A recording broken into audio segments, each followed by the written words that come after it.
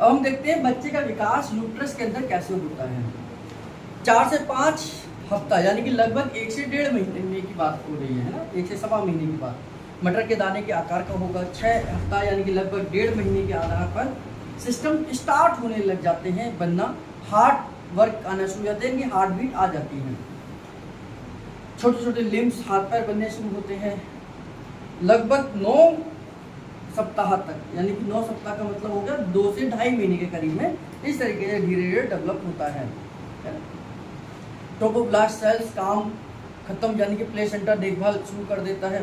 Pancreas का काम शुरू हो जाता है और ट्रोपोब्लास्ट काम खत्म करता है और प्लेसेंटा की देखभाल शुरू हो जाती है। लगभग 2.5 से 3 महीने के बीच में प्लेसेंटा धीरे धीरे डेवलप होना शुरू हो जाता है। 11वें हफ्ता यानी कि 3 महीने के करीब में 6 मंथ तक आंखों के पर्दे का मिलना, अब यूट्रस बढ़ना शुरू हो जाता है, सेक्स डिफाइन हो जाता है।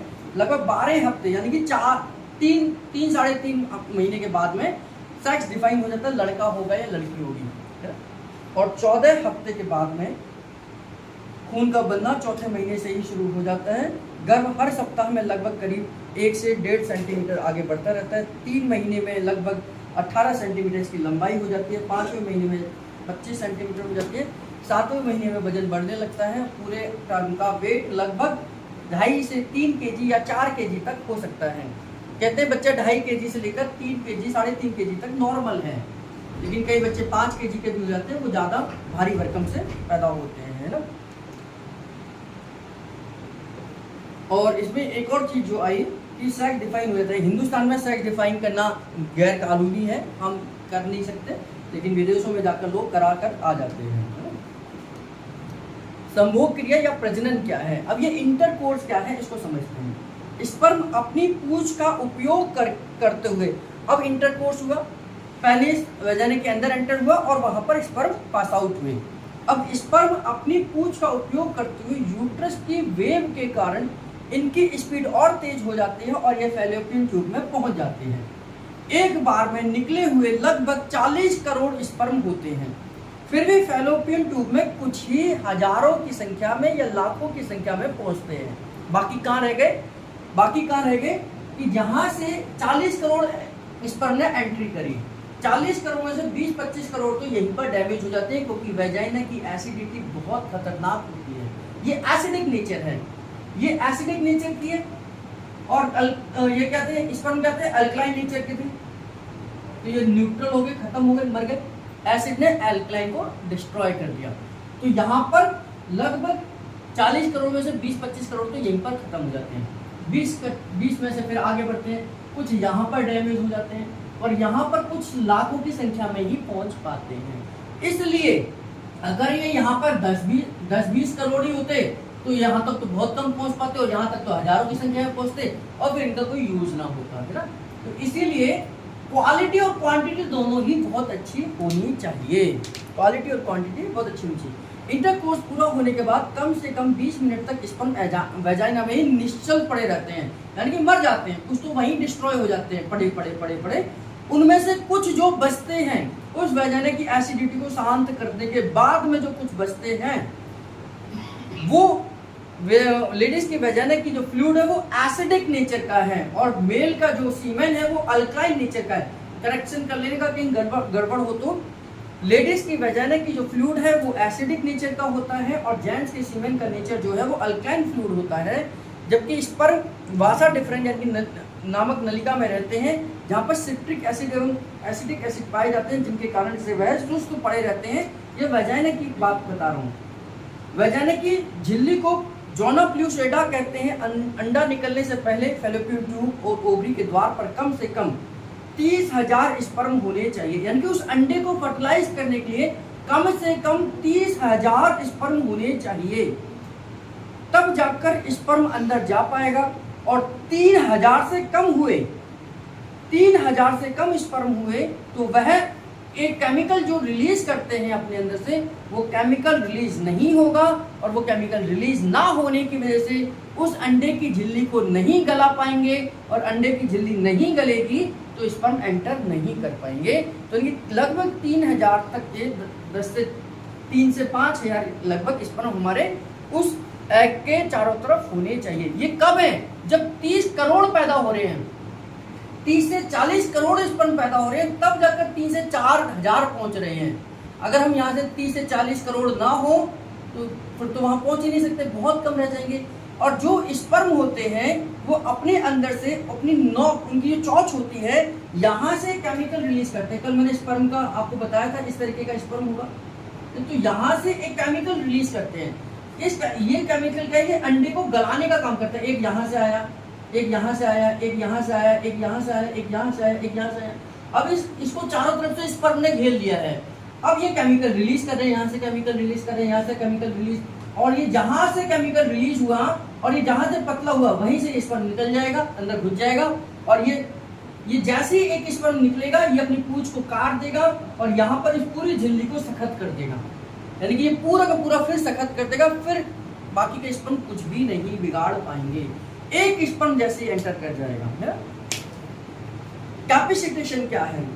ये एक रिसर्च हुई और पता चला कि 1950 में मालूम पड़ा कि स्पर्म को पहले कुछ देर तक वैजाना के अंदर ही रुकना पड़ता है।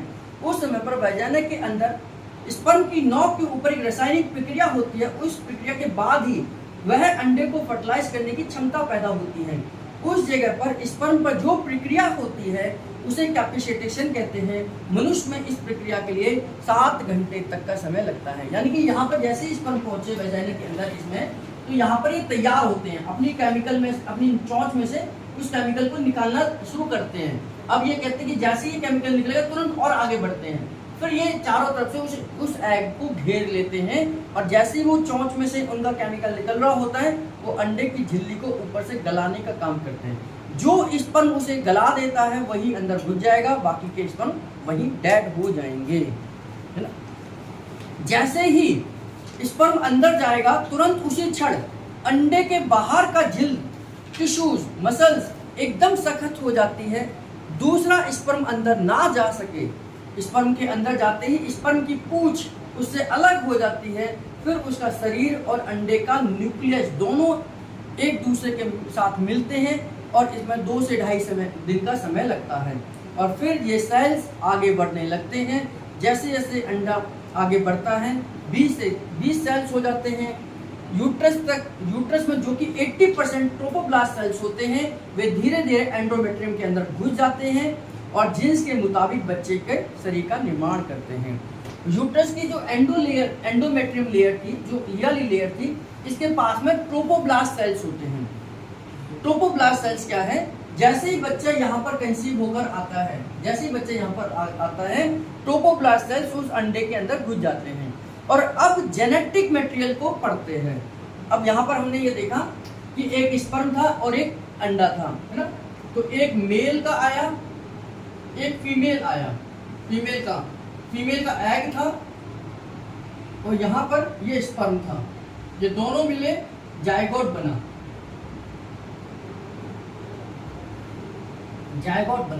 तो अब इस जायगोट के अंदर दोनों के कैरेक्टर होंगे।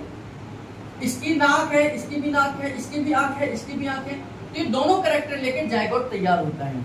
अब ये जो इसके आसपास में ट्रोफोब्लास्ट सेल्स होते हैं, कहाँ पर होते हैं? एंडोमेट्रियम सेल में। ये ट्रोफोब्लास्ट सेल्स इस अंदर के जायगोट को पढ़ते हैं। इस जायगोट के अंदर देखते हैं माँ की आंख कैसी थी? भूरी कलर की थी। पिताजी की आंखें कैसी थी? काली कलर की थी। अब उन दोनों में से देखते हैं कौन सा कैरेक्टर ज्यादा स्ट्रॉन्ग है। माँ की आंखों का कलर ज्यादा स्ट्रॉन्ग है या पिताजी के आंखों का कलर ज्यादा स्ट्रॉन्ग है? तो जिसका कलर ज्यादा स्ट्रॉन्ग होगा, बच्चे का कलर भी उसी जैसा हो जाता है ना। कभी बच्चे की आंखें पिता जैसी हो जाती हैं, कभी माँ जैसी हो जाती हैं, बाल माँ जैसे हो गए, उसके चेहरे उसके बाप जैसे हो गया, कहते हैं खड़ूस सा दिखाई देता है लेकिन बाल बहुत अच्छे हैं इसके। तो यानी कि दोनों के कैरेक्टर उसमें आने लग जाते हैं। डिपेंड करता है कि कौन सा कैरेक्टर वहां पर ज्यादा स्ट्रॉन्ग बनकर निकला है। और ये कौन काम कर रहे हैं? Trophoblast sales.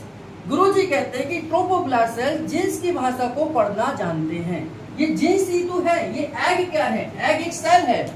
आपको ध्यान होगा हमने सेल से शुरुआत करी थी इस कोर्स की कि सेल क्या है? सेल, ये भी तो एक सेल ही है, ये भी एक सेल है। सेल के अंदर क्या है? न्यूक्लियस है। न्यूक्लियस के अंदर क्या है? क्रोमोसोम है। क्रोमोसोम के ऊपर क्या है? जीन्स है। जीन्स है। तो ये जीन्स ही तो लेकर आ रहे हैं कैरेक्टर को। तो इसके अंदर इसके कैरेक्टर होंगे, इसके अंदर इसके कैरेक्टर होंगे, तो जो स्ट्रॉन्ग कैरेक्टर होंगे वो बच्चे को डेवलप करेंगे। तो इसीलिए जितने ज्यादा स्ट्रॉन्ग कैरेक्टर लेकर जो आते हैं माँ बाप की, कई सारे बच्चे पूरे के पूरे माँ पर चले जाते हैं, कई सारे बच्चे बाप पर चले जाते हैं, कई सारे बच्चे दोनों पर चले जाते हैं, कई सारे बच्चे उनके पेरेंट्स पर चले जाते हैं। तो उनके जेनेटिक इफेक्ट करता है कि कौन सी जीन ज्यादा स्ट्रॉन्ग होकर आई है। तो उसके हिसाब से ट्रोपोब्लास्ट सेल्स उन बच्चों का उस सेल का डेवलपमेंट शुरू कर देता है। ट्रोपोब्लास्ट सेल्स तब तक करता है, ये शुरुआत कर जाता है 3 से 4 महीने तक, 3 से 4 महीने तक डेवलप कर जाता है, किस किस को कैसे कैसे डेवलप करना है सब कुछ समझा देता है। और ट्रोपोब्लास्ट सेल 3 से 4 महीने बाद चला जाता है जब प्लेसेंटा आता है, तो फिर प्लेसेंटा उसी की कहानी को आगे बढ़ाता चला जाता है। बच्चे के अंगों को पूर्ण रूप से बनाना ट्रोपोब्लास्ट सेल्स का कार्य है। इसीलिए गुरुजी का मानना है कि ट्रोपोब्लास्ट सेल्स जीन्स की भाषा को जानते हैं और ट्रोपोब्लास्ट सेल्स को हम 1 थायराइड पी से स्टिमुलेट करते हैं, यानी 1 थायराइड पी उपचार से ग्रोथ हार्मोन के द्वारा ट्रोपोब्लास्ट सेल्स को उकसा सकते हैं। ग्रोथ हार्मोन भी तो जरूरी है, तभी तो डेवलपमेंट हो रहा है। तो ट्रोपोब्लास्ट सेल्स यानी ग्रोथ 1 थायराइड पी से ग्रोथ हार्मोन को हम स्टिमुलेट करते हैं, के द्वारा ट्रोपोब्लास्ट को उकसाते हैं। लेडीज की वेजाइना में जो फ्लूइड है उसका पीएच कितना है, देखो लेडीज की वेजाइना के अंदर जो फ्लूइड है उसका पीएच है 3.5 से लेकर 4 तक। जितना कि हमारा हाइड्रोक्लोरिक एसिड होता है, इतना ही खतरनाक एसिड उनकी वेजाइना के अंदर है। और जब कि हमारे स्पर्म का क्या था 7.5 से लेकर 8.5 तक के करीब में कल आपको बताया था कि ये अल्कलाइन नेचर है, वो घोर एसिड है और ये बेचारे अल्कलाइन है। घोर अल्कलाइन नहीं है, घोर अल्कलाइन तो 14 होता तो ये अल्कलाइन है और ये घोर एसिड है। इसी वजह से करोड़ों की संख्या में आने वाले स्पर्म यहाँ आकर डिस्ट्रॉय हो जाते हैं, कुछ ही मात्रा में, कुछ ही हजारों की संख्या में बेचारे आगे बढ़ पाते हैं। शांत तक होता है, जिसे शांत करने का काम जेंट्स के प्रोस्टेट ग्लैंड से निकलने वाले केमिकल करते हैं। इन सब के कारण से जब वेजाइना के अंदर अल्कलाइन की मात्रा बढ़ जाती है तो 20 मिनट तक स्पर्म होशियार हो जाते हैं, यूट्रस के सर्विक्स द्वारा ऊपर चढ़ना शुरू कर देते हैं और ओवरी के द्वार तक पहुंचने में 40 से 45 मिनट का समय लगता है। यानी कि पहले तो स्पर्म आके बेचारे परेशान हो जाते हैं, हुआ क्या, क्योंकि वो अल्कलाइन नेचर में है या एकदम हाईली एसिडिक है। तो जैसे ही वो एसिड वाले माहौल में आते हैं आधे से ज्यादा तो वैसे ही डिस्ट्रॉय हो जाते हैं, मर जाते हैं। जो बेचारे थोड़े बहुत बचते हैं वो आगे की यात्रा पूरी करते हैं। अगर वेजाइना में एसिड युक्त पदार्थ की मात्रा ज्यादा हो तो स्पर्म वहीं सुस्त पड़े रहेंगे और सर्विक्स में नहीं चढ़ पाएंगे और वहीं पर मर जाएंगे। यानी कि अगर किसी की बॉडी, फीमेल की बॉडी बहुत ज्यादा एसिडिक नेचर की है, बहुत ज्यादा एसिडिक नेचर की है और उसके हस्बैंड के स्पर्म पहले से ही कम बनते हैं तो बेचारा प्रेगनेंसी ठहरेगी ही नहीं। क्यों? क्योंकि यहाँ हाईली एसिड है, उसके स्पर्म पहले से ही कम है, तो वो थोड़े बहुत जो स्पर्म बन रहे हैं वो वहीं पर मर जाएंगे। तो इसलिए फीमेल की बॉडी का नेचर एसिडिक नहीं होना चाहिए। इसलिए जब भी अगर इनफर्टिलिटी का केस होता है तो फीमेल की बॉडी के एसिडिक नेचर को भी हमें ठीक करना होगा। अब इसी से संबंधित ये आगे है कि प्रजनन एवं बांझपन होता क्या है, इनका कारण क्या है। अब देखिए, इंटरकोर्स होने से हर औरत को तुरंत ही संतान होगी ऐसा बिल्कुल भी नहीं है। ये सोच के कि इंटरकोर्स किया और कंसीव हो गया, ऐसा बिल्कुल नहीं है। ये तो एक लक बाई चांस है कि भाई हो भी सकता है और नहीं भी हो सकता है। अगर आपने बिल्कुल साइंस को समझते हुए ही करना कि मैं एक बार इंटरकोर्स करूंगा और उसी समय प्रेगनेंसी ठहरनी चाहिए, तो फिर पहले स्टडी करना पड़ेगा आपको, उस अपने फीमेल पार्टनर की बॉडी को स्टडी करना पड़ेगा 3-4 महीने तक कि उसके पीरियड्स का टाइम कितना है, कितने टाइम पीरियड में हो रहा है, कितने दिन बाद हो रहा है, क्या उसकी बॉडी का टेम्परेचर बढ़ता है, कब क्या होता है। तो बहुत स्टडी करने के बाद में तब आप एक नतीजे पर पहुंचेंगे कि अब हाँ, अब मैं इंटरकोर्स करूंगा तो ये फर्टिलाइज हो जाएगा। नहीं तो ये लक बाई चांस है कि जरूरी नहीं है कि हर बार इंटरकोर्स करेंगे और प्रेगनेंसी ठहर जाएगी। बहुत सारी बातों पर डिपेंड करती है कि प्रेगनेंसी ठहरेगी या नहीं ठहरेगी। जैसे बॉडी टेम्परेचर, बॉडी टेम्परेचर का है कि जब आप इसको पढ़ लेना, आपको इसका वो बता देता हूँ। बॉडी टेम्परेचर का मतलब है कि जब फीमेल का एग फर्टिल यहाँ से मैच्योर होकर, ये मैच्योर हुआ, तैयार हुआ ओवरी के अंदर से, जैसे ही ये बाहर निकलेगा तो तुरंत बॉडी का टेम्परेचर बढ़ता है। यानी कि जैसे ही यहाँ से ओवुलेशन कंप्लीट होता है बॉडी का टेम्परेचर बढ़ता है अगर फीमेल का बॉडी का टेम्परेचर उस दिन बढ़ता है किसी दिन, तो समझ लो कि यहाँ से एग बाहर आ गया है, यानी बॉडी टेम्परेचर का बहुत बड़ा रोल है। अब दूसरी चीज, अगर किसी का हाइपोथायराइड की कंडीशन है, किसी फीमेल की हाइपोथायराइड है, तो हाइपोथायराइड की बॉडी में बॉडी टेम्परेचर डाउन रहता है, बॉडी टेम्परेचर डाउन होगा। जितने भी हाइपोथायराइड के पेशेंट होंगे, और जितना ज्यादा हाइपोथायराइड होगा यानी कि जितना लो होगा उतना बॉडी का टेम्परेचर बड़ा होगा। तो उस समय पर आपकी बॉडी का टेम्परेचर जो बहुत डाउन है, और जब ओव्यूलेशन हो भी गया तो वो बेचारा नॉर्मल आ ही नहीं पाएगा, यानी कि उसका बॉडी का टेम्परेचर बढ़ेगा ही नहीं। तो उस समय पर एग जो है प्रॉपर तरीके से मैच्योर होकर बाहर नहीं निकलेगा। सोई हुई अवस्था में उसके बॉडी का टेम्परेचर 97.3 या 97.4 से अधिक होना चाहिए। अगर पुरुष उस दिन इंटरकोर्स करता है तो उस समय पर गर्भ धारण के चांसेस हैं, और ये हाइपोथायराइड के पता ही नहीं चलेगा। हाइपोथायराइड वाली लेडीज को टेम्परेचर हमेशा लो ही रहता है। वैसे टेम्परेचर कितना रहता है हमारा?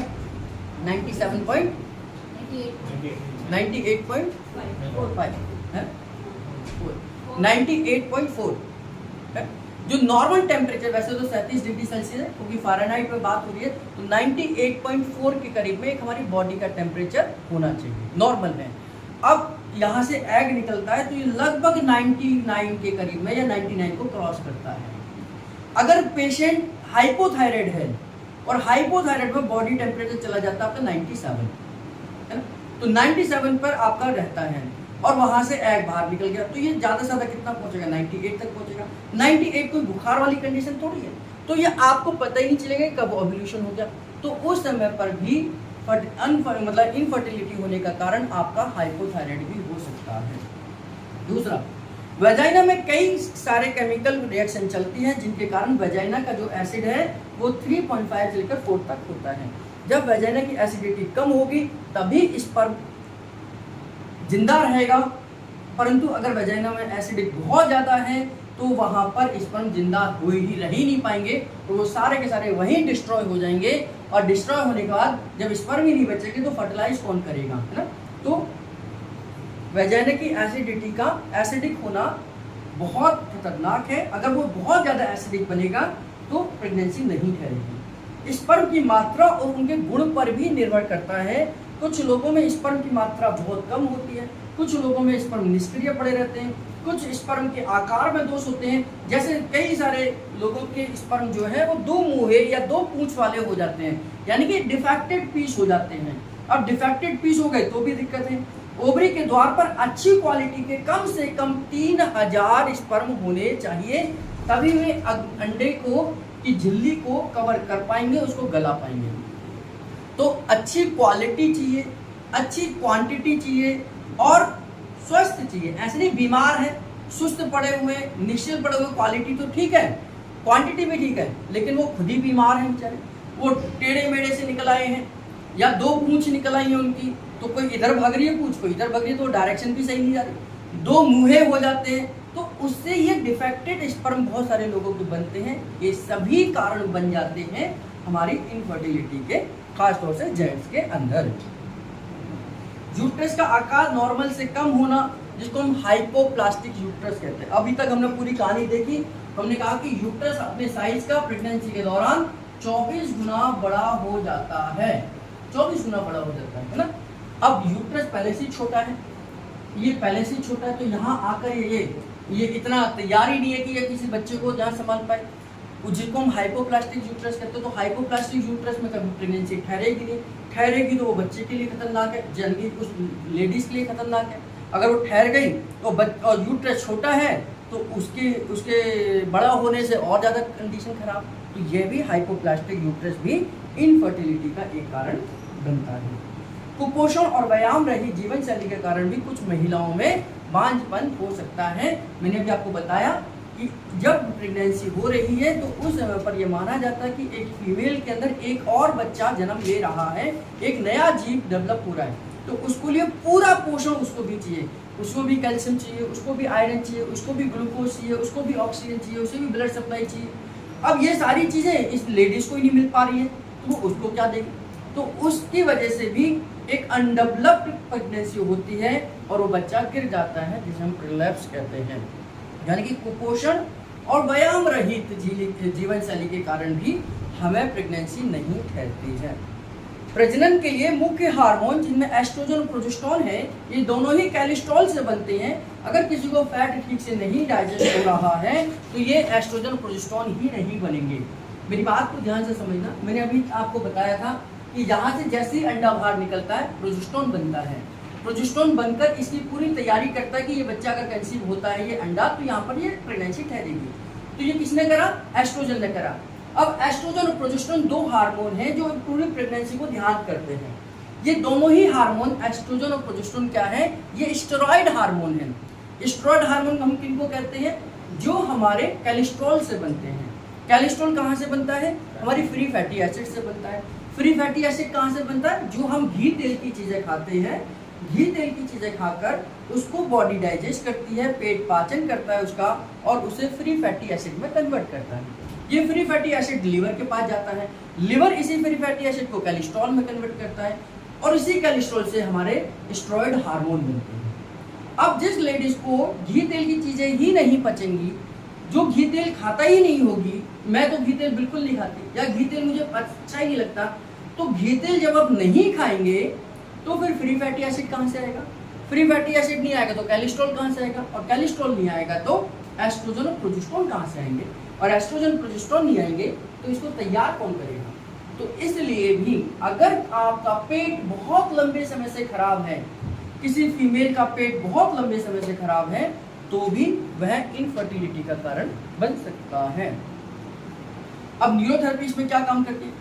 बांझपन को ठीक करने के लिए न्यूरोथेरेपी काफी सफल है, क्योंकि इसमें हर पहलू के मूल कारण को ध्यान में रखते हुए ट्रीटमेंट दिया जाता है, दिया जाता है।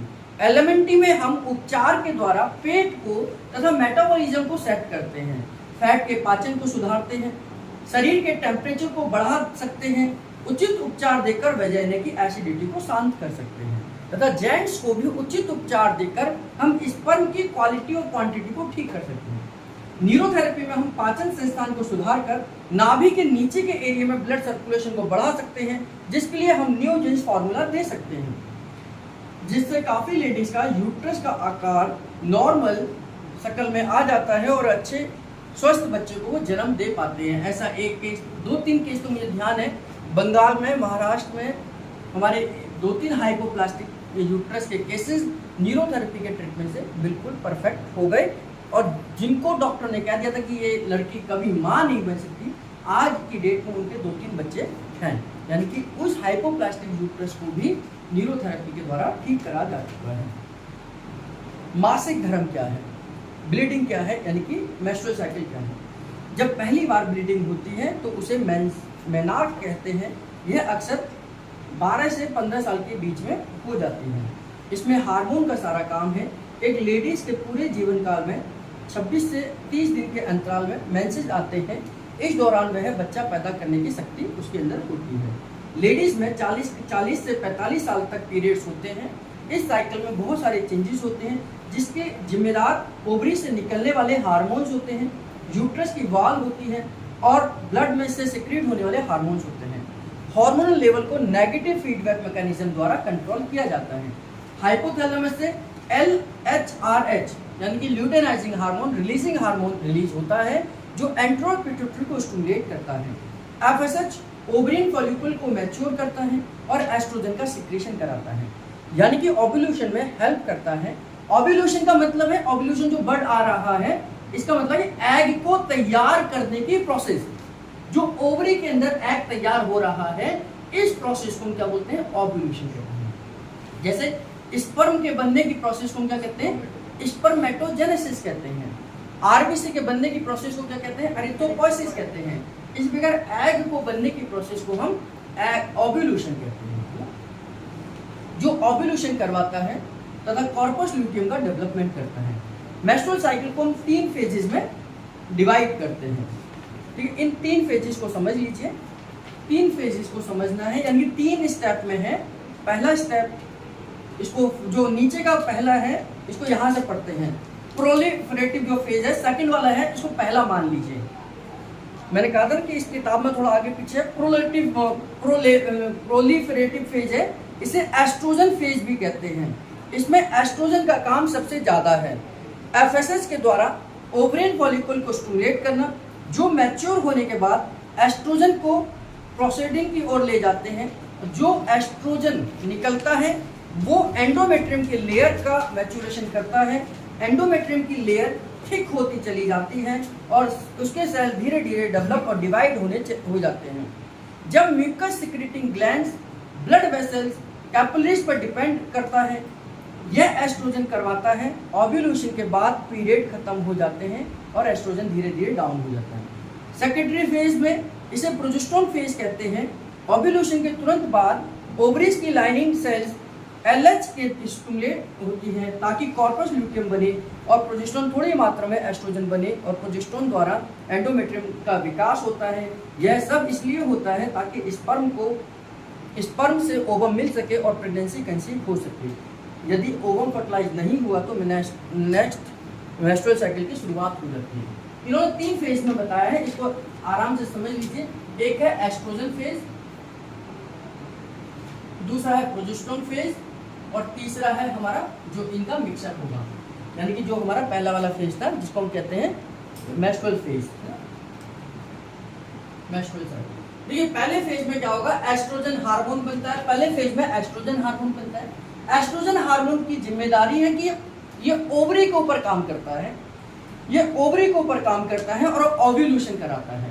एस्ट्रोजन क्या करता है, ओव्यूलेशन कराता है, अंडे को अच्छी तरीके से तैयार करता है, वहां पर उनको ओव्यूलेशन कराकर एग को तैयार कर कर बाहर निकालता है। ये किसकी जिम्मेदारी है, एस्ट्रोजन की जिम्मेदारी है ना। ये पहला फेज हो गया। सेकंड फेज प्रोजेस्टेरोन का फेज है। प्रोजेस्टेरोन, अब जैसे ही एग बाहर निकला प्रोजेस्टेरोन बनता है और ये एंडोमेट्रियम पर पहुंचता है और वहां पर ये कोशिश करता है कि ये जो एग निकला है ये फर्टिलाइज होगा। इसकी देखभाल के लिए एंडोमेट्रियम को पूरा का पूरा तैयार कर देता है, पूरे के पूरे लेयर तैयार कर देता है। वहां पर ग्लाइकोजन है, ब्लड सप्लाई है, लिम्फ है, सब कुछ, ट्रोफोब्लास्ट सेल्स आ जाते हैं, कॉर्पस ल्यूटियम तैयार होना शुरू हो जाता है और ये कोशिश करते हैं कि अब ये मानते हैं कि ये अंडा फर्टिलाइज होगा और इसकी हमें देखभाल करनी है।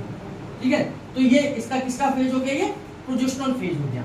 अब तीसरा फेज जो है, अगर ये एग फर्टिलाइज हो गया, इसमें मेंस्ट्रुअल फेज का है, अगर ये एग फर्टिलाइज हो गया तो यहाँ पर आकर ये ठहर जाएगा बच्चा और इसकी देखभाल होगी, तो यहाँ पर ये पीरियड्स होने के तो चांसेस अब है ही नहीं, है ना, पीरियड्स तो नहीं होंगे। अब ये पीरियड्स नहीं होंगे तो आगे की प्रोसेस यानी कि प्रेगनेंसी कंसीव होगी और प्रेगनेंसी की तरफ आगे बढ़ेंगे। लेकिन अगर ये कंसीव नहीं होता है तो एग आगे बढ़ेगा, इस तरीके से आएगा, यहाँ तक ये स्पर्म का इंतजार करेगा। अगर यहाँ तक इसे स्पर्म मिल गया तो ठीक है, नहीं तो ये यहाँ पहुंचेगा। जैसे ही ये यहाँ एंटर करता है प्रोजेस्टेरोन निकलना बंद हो जाता है, क्योंकि प्रोजेस्टेरोन की जिम्मेदारी खत्म है। प्रोजेस्टेरोन निकलना बंद हो जाता है और ये अंडा भी अब धीरे धीरे अपने आप को रैप्चर करना शुरू कर देता है, फटना शुरू हो जाता है। और जैसे ये फटना शुरू होता है तो ये समझ जाते हैं एंडोमेट्रियम कि अब ये मेंसेस के रूप में बाहर आने वाला है, तो ये अपने आप को भी गलाना शुरू कर देते हैं और धीरे धीरे ये लेयर भी खत्म होना शुरू हो जाती है।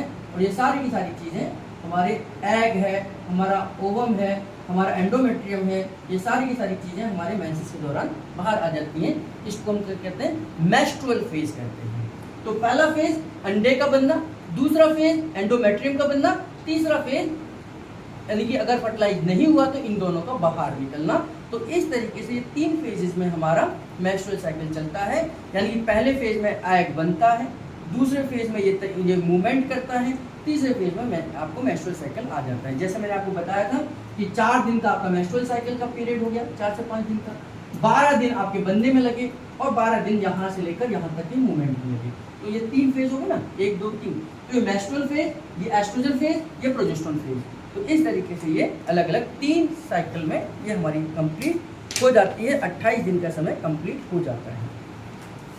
अब एक है प्री डेटेड पीरियड और पोस्ट डेटेड पीरियड।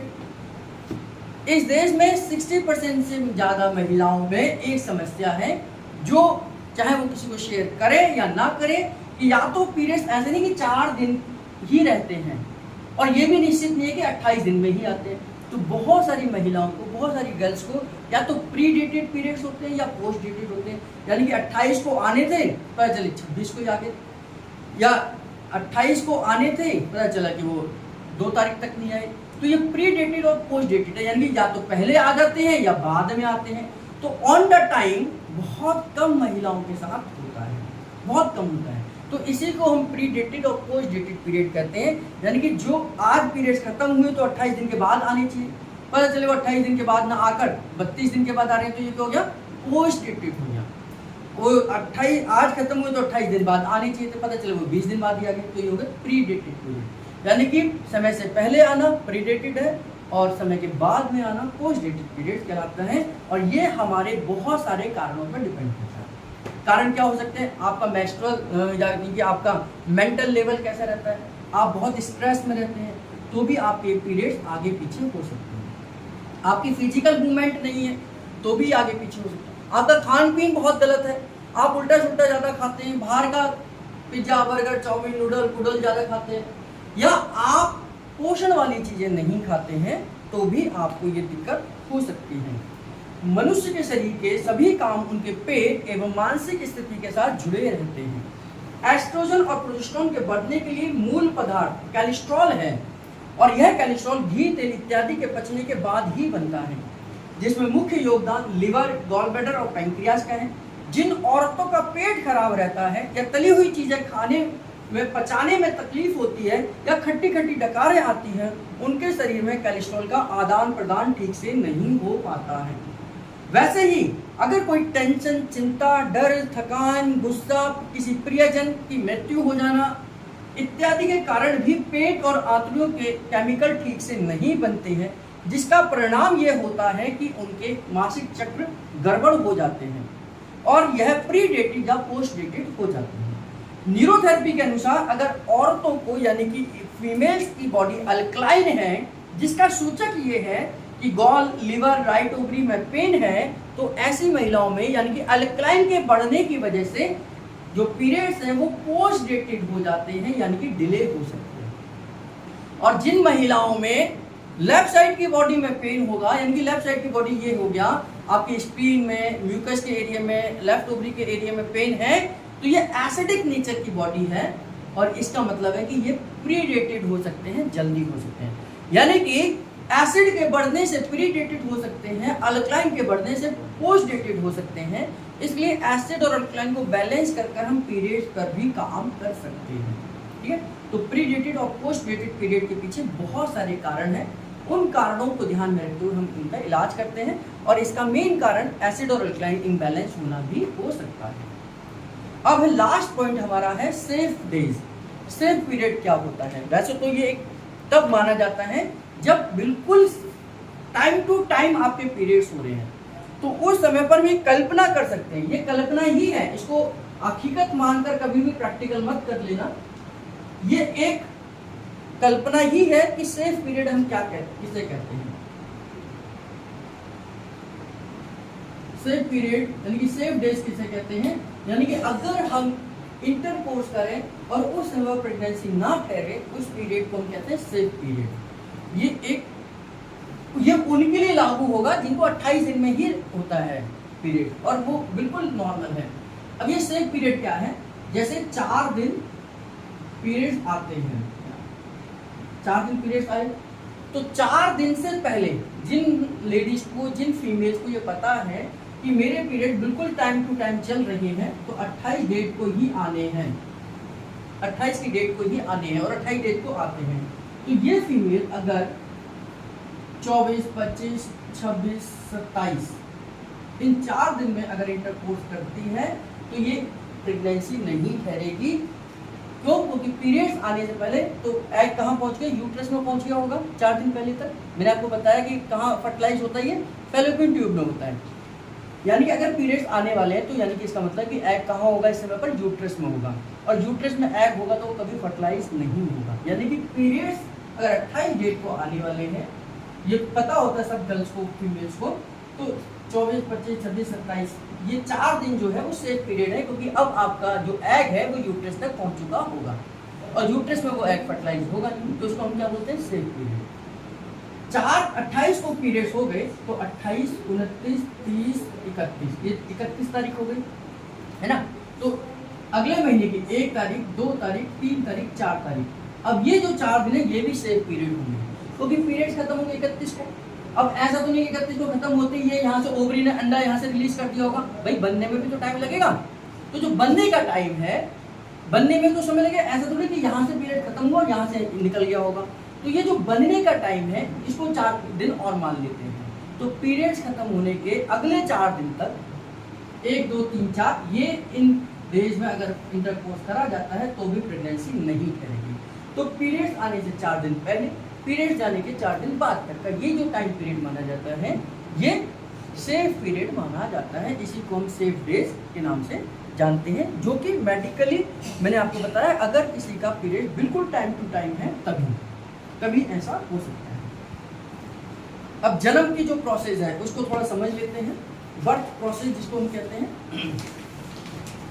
बच्चे के जन्म के प्रोसेस को लेबर कहते हैं। हम कहते हैं लेबर पेन हो रहा है ना, क्योंकि इस समय माँ को एक्स्ट्रा ऑर्डिनरी यानी असामान्य मेहनत करनी पड़ती है। जन्म के समय बच्चे के सिर का भाग निकलना पहले शुरू होता है। बहुत सारे बच्चे 90% तो सिर ही पहले निकलता है, बहुत सारे बच्चे पैर भी बाहर निकाल लेते हैं। इसको हम कहते हैं उल्टी, मतलब उल्टा पैदा होना। तो सिर पहले बाहर निकलता है, उसकी ठोडी के छाती के साथ लगी होती है और वह बाहर निकलना शुरू होता है। जैसे जैसे सर्विक्स फैलता है यानी कि नीचे का वेजाइना एरिया खुलता है, वैसे वैसे बच्चा बाहर आना शुरू कर देता है।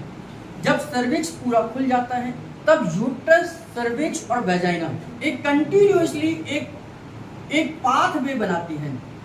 नीचे हमने देखा था क्या था, वेजाइना थी, उसके ऊपर सर्विक्स था, उसके ऊपर क्या था, यूट्रस था। अब ये सब दरवाजे खुलने शुरू हो जाते हैं, तो ये एक रास्ता बना इस तरीके से। ये रास्ता जो है इसको बोलते हैं बर्थ कैनाल, यानी कि बच्चा आने का रास्ता। तो बर्थ कैनाल कहते हैं। सबसे पहले लेबर की फर्स्ट स्टेज होने पर ऑमनेटिक फ्लूइड यानी थैली फट जाती है। जो फ्लूइड होता है वो थैली फट जाती है और इम्यूनिटिकल फ्लूइड जो है बाहर निकलना शुरू कर देता है, जिससे चिकनी म्यूकस होती है ताकि बच्चा आराम से बाहर निकल सके। इसे ब्रेकिंग ऑफ वाटर कहते हैं। जब ये होता है यानी कि वजाइना से पानी आना शुरू हो जाता है, फ्लूइड निकलना बाहर शुरू हो जाता है, तो उस महिला को तुरंत हॉस्पिटलाइज कर देते हैं, यानी कि अब बच्चा किसी भी समय में बाहर आ सकता है। इसे ब्रेकिंग ऑफ वाटर कहते हैं। जब सर्विक्स बिल्कुल खुल जाता है तो अपने आप उसी समय पर माँ की पिट्यूटरी ग्लैंड से ऑक्सीटोसिन निकलेगा और ऑक्सीटोसिन यूट्रस के ऊपरी भाग को, इस ऊपरी भाग को श्रिंक करता है ताकि बच्चा नीचे की तरफ आ सके। श्रिंक होगा और बच्चा बाहर आ जाएगा। जन्म के बाद बच्चा सफेद एवं उसके नीचे ग्रे कलर का होता है, क्योंकि उसका ब्लड सर्कुलेशन अभी प्रॉपर तरीके से शुरू नहीं होता। चंद श्वास लेने के बाद उसकी बॉडी का रंग पिंक हो जाता है, उसे थप्पड़ मारकर रुलाया जाता है और वैसे नेचुरल तरीके से रो जाता है। और रोने के बाद ही, नाड़ू का धक धक करना बंद होने के बाद ही उसे कट करना चाहिए। एक सिरा बच्चे के पेट के साथ 1 इंच तक छोड़ दिया जाता है और दूसरा सिरा जो है वो माँ के साथ छोड़ देते हैं। वह अपने आप सूख कर निकल जाता है, दूसरा सिरा भी बांध कर छोड़ दिया जाता है। नाड़ू के कटने के 20 मिनट के बाद प्लेसेंटा यूट्रस से बाहर आ जाएगा, यानी पूरी की पूरी सफाई होती है, डॉक्टर उसमें सफाई करते हैं उसकी। उसके बाद ही यूट्रस से एक हार्मोन निकलेगा जो पिट्यूटरी ग्लैंड को प्रोलैक्टिन हार्मोन छोड़ने के लिए कहता है। और प्रोलैक्टिन हार्मोन निकलते ही मिल्क बनना, मतलब कि मिल्क आना शुरू हो जाता है, ब्रेस्ट में मिल्क आ जाता है, यानी दूध उतर जाता है। लेकिन मिल्क यानी कि जो ब्रेस्ट से दूध बाहर निकालने का काम ऑक्सीटोसिन करेगा, यानी कि मिल्क बनाने का काम प्रोलैक्टिन करता है और ऑक्सीटोसिन ब्रेस्ट को श्रिंक करता है, क्योंकि ऑक्सीटोसिन का काम है श्रिंक करना। अब ये ब्रेस्ट को श्रिंक करेगा तो मिल्क बाहर आएगा, बिना श्रिंक करे तो आएगा ही नहीं, है ना। तो मिल्क बनाने का काम प्रोलैक्टिन करता है और निकालने का काम कौन करता है, ऑक्सीटोसिन करता है। तो प्रोलैक्टिन और ऑक्सीटोसिन दोनों के आपसी कोऑर्डिनेशन के साथ बच्चा फीडिंग कर पाता है ना, बाहर निकलता है और ऑक्सीटोसिन बाहर निकलेगा। यह हार्मोन माँ की पिट्यूटरी ग्लैंड से तब निकलता है जब बच्चा ब्रेस्ट से मुंह लगाता है। अगर लड़की पैदा हुई तो 40 दिन में और लड़का पैदा हो तो 80 दिन, यानी कि लगभग कितने हो गए, 2.5 महीने के करीब अगर लड़की पैदा होती है तो लगभग 1.25 महीने और लड़का पैदा होता है तो लगभग 2.5 महीने के अंदर यूट्रस वापस अपनी शेप में चला जाता है, यानी कि अपनी रीशेप में पहुंच जाता है। इसलिए 1.25 महीने और 2.5 महीने तक तो आपको बहुत परहेज के साथ रहने के लिए कहा जाता है। अब ये जो बात है ये कोई एक्सपेरिमेंटल नहीं है, ये केवल ऐसे लिख दिया है कि अगर इंटरकोर्स के बाद फीमेल राइट साइड से होती है तो मेल बच्चा ही होगा, ऐसा कोई भी तथ्य नहीं है। ये केवल रामदेव जी ने एक लेक्चर में बोला था, तो उसको आप लोग रियल मानकर कभी भी अप्लाई मत कर लेना कि इसमें जो लिखा है कि अगर इंटरकोर्स करा जाता है और राइट साइड से होती है फीमेल तो बच्चा मेल पैदा होगा, ऐसा साइंटिफिकली नहीं है। तो इस तरीके से हमारा ये रिप्रोडक्टिव सिस्टम जिसमें हमने मेल, फीमेल और बच्चे की पूरी प्रोसेस को समझा है।